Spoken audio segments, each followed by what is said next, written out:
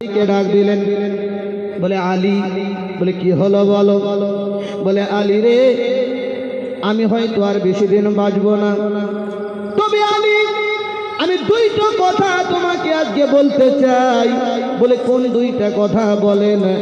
এতগুলো সাহাবা রয়েছে, কাউকে আপনি পাশে ডাকলেন না, আমাকে আপনি ডাকলেন, কারণটা কি? হযরতে আবু বকর সিদ্দিক রাদিয়াল্লাহু তাআলা আনহু বলেছিলেন, আলী রে, আমি এই জন্যই তোমাকে কাছে ডাকলাম, আমি দেখেছি আমার আকা মুস্তাফার গোসল যখন দেওয়া হয়, তুমি তোমার হাত দিয়ে আমার আকা মুস্তাফাকে গোসল দিয়ে দিয়েছো। আয় আলী, আমি আবু বকরের দীর্ঘ বিশ্বাস, আমি আবু বকরের পূর্ণ বিশ্বাস যে ওই হাত দিয়ে আমার বদনে লেগে যায়, আমি আবু বকর বড় ধন্য হয়ে যাব, আমি আবু বকর বড় নামি দামি হয়ে যাব। বলে কি বলতে চান বলেন? বলে আমার শেষ সময় আমি যখন দুনিয়া থেকে বিদায় নেব রে আলী, আমি তোমাকে ওসিয়ত করে যাই, যেই হাত নবীর শরীর মোবারকে লাগিয়েছো, ওই হাত দিয়ে আমাকে একটু গোসল করিয়ে দেবে।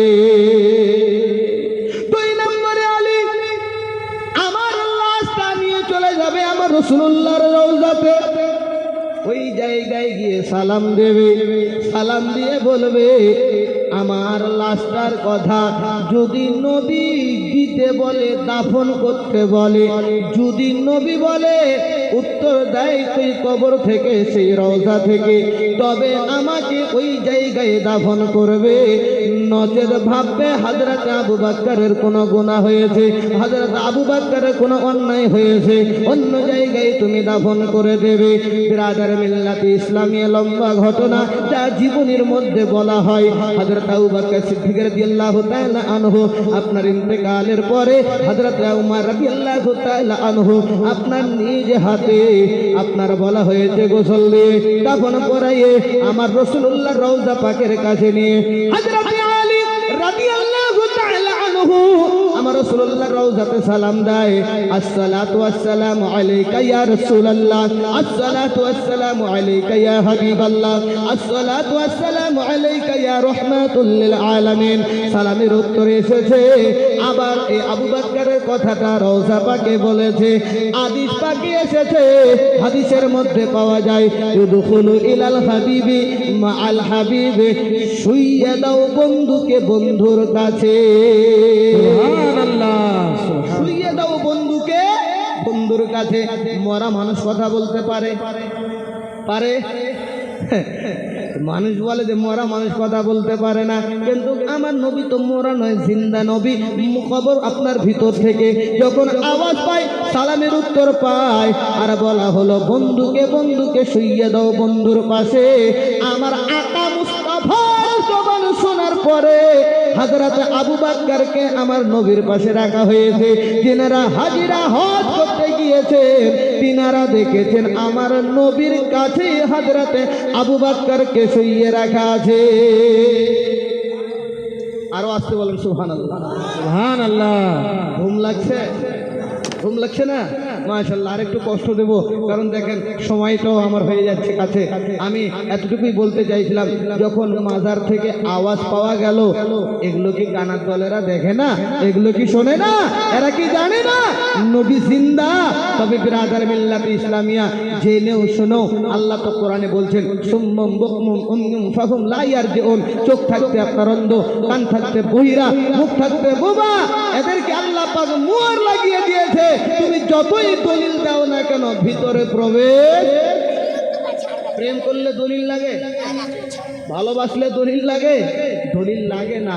বিরাদার মিল্লাত ইসলামিয়া সোনামানি কলিজার টুকরা, আপনারা জ্ঞানী মানুষ, অল্প ভাষাতে আপনারা বুঝবেন। তবে বর্তমানে সমাজে, বর্তমানে যুগে যে বসেছে, এখন কিছু মুসলমান যুবক ছেলেরা মেয়েরা নিচু পথে নেমে গিয়েছে। এখনো যদি রুখে না দাঁড়া যায়, তাহলে ভবিষ্যতে আমাদের কান্না ছাড়া আর কোনো উপায় থাকবে না। জি বলে কেমন করে? বলে বাপ বেটাকে ভাত দেয় না, বেটা বাপকে আপনার দেখে না, বাপ বেটার মধ্যে ঝামেলা, আপনার মুসলমানের মধ্যে ঝামেলা।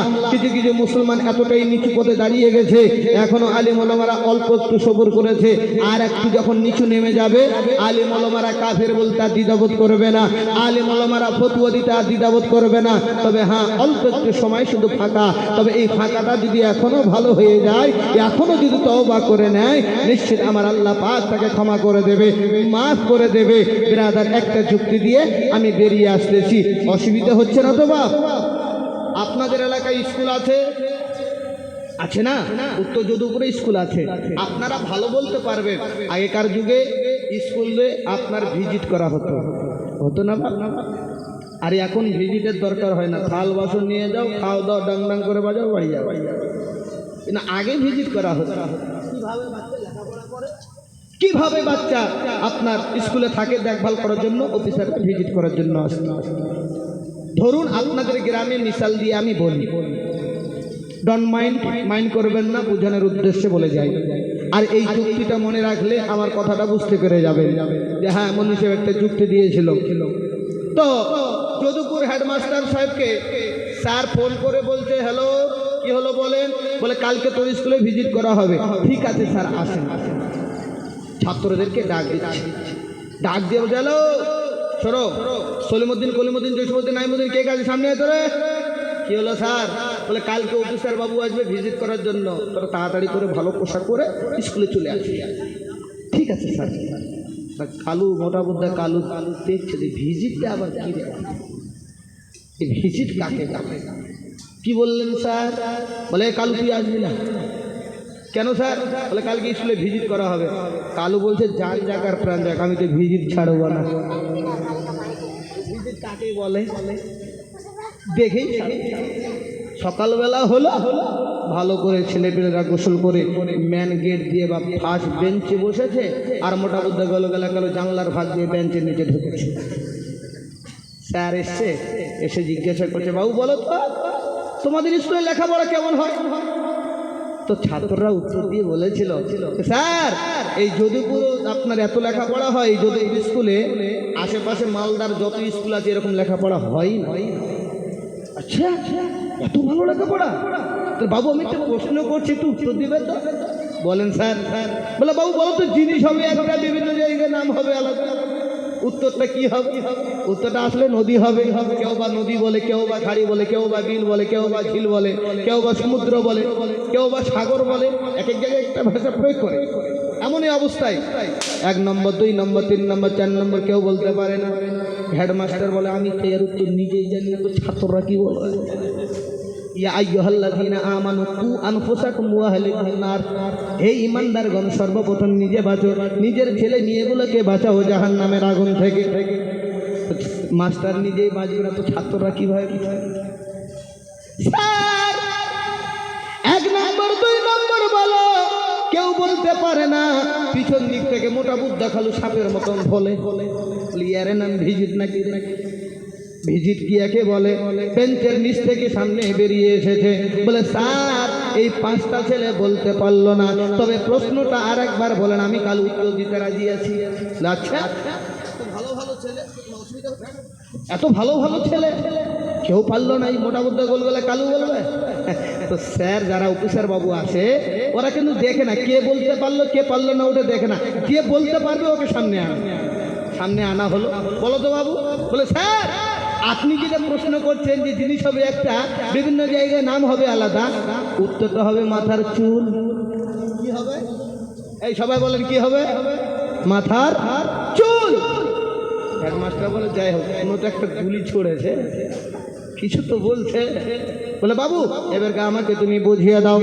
বলে স্যার মাথায় থাকলে চুল হয়, আর একটু নিচে নামলে ভুরু হয়। জিনিস কয়টা? আর একটু নিচে নামলে গোব হয়, মজ হয়। জিনিস কয়টা? কয়টা? একটা। আর একটু নিচে নামলে দাড়ি হয়। হেডমাস্টার বলছে, কালু চুপ কর, থাপ্পড় মারে গালবে। বলে কেন স্যার?